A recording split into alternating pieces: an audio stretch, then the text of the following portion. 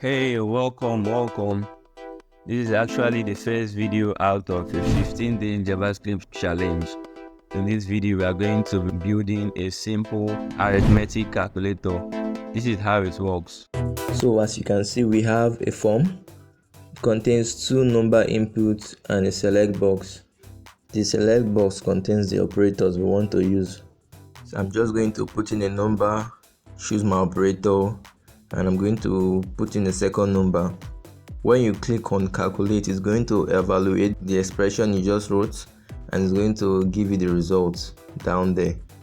Let's begin. So this is how this is going to be built.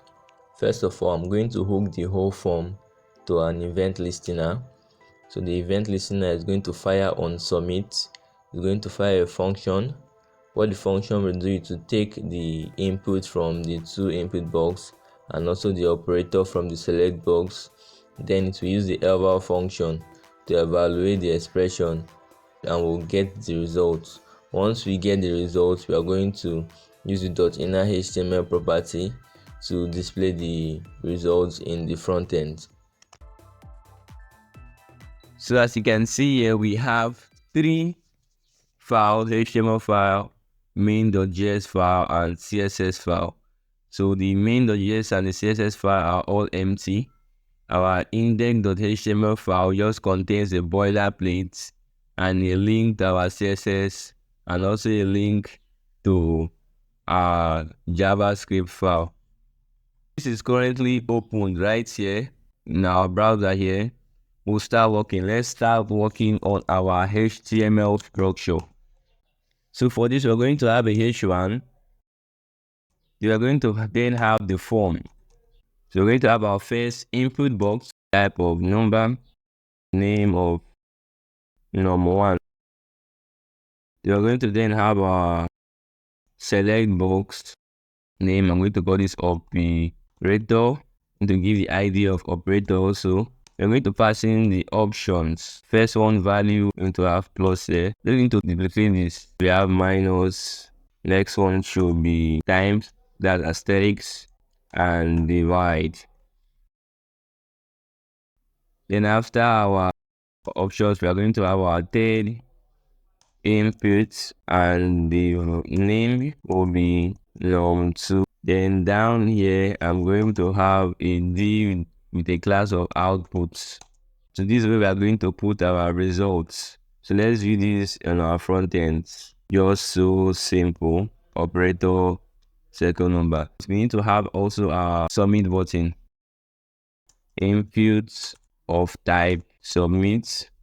I'm going to use the value calculate. So this is the text that's actually going to display. So I'm just going to apply some magic wand here.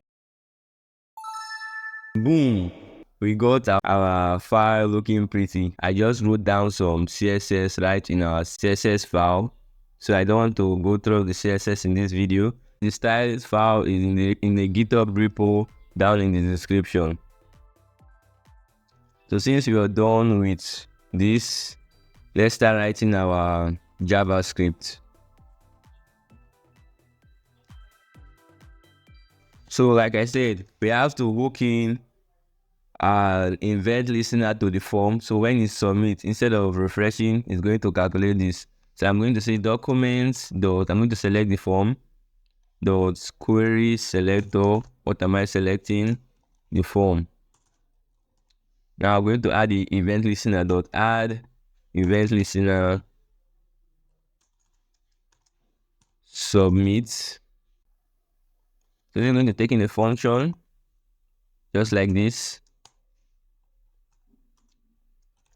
And function is going to have a parameter called events. So inside this function, this is where we are going to run all the whole code to calculate this. Right now, I'm just going to log hello world. I'm going to alert it rather. So on submit, this is the form. Add event listener or submit. So when I submit it, this function is going to be fired. So let's see. Submit hello world, just like that. But the problem is the page still refreshes. So to stop that, what we are going to do is use this events, and it has a method called prevent default, just like that. Once I call this is no longer going to refresh when I click submit. Hello world, no refresh. So that's what we want. I'm just going to cancel this hello world for now. Now there is an issue. I can submit this without putting a field. So what I'm going to do, I'm going to make the input field required from here. I'm going to say required and required, and I'm also going to say required here also. So right now, if I click submit, it's going to tell me you have to put in something. You have to put in something, just like that. So now we are going to work on JavaScript to get this input from this field, get the input from this field, and get the operator, then we calculate it. So this is how we're going to do it. So first of all, after you've clicked submit, we want to get the inputs from this. So I'm going to give this input an ID of num1. And I'm going to give this an ID of num2. So that's, we're going to select these two fields by the ID. So let's go. We're going to get a variable called num1, which starts on number 1, documents.get element by ID num1. Then we're going to get the value, value. This is how we get what you've put in here using dot value. Num2 documents.get element by ID num2.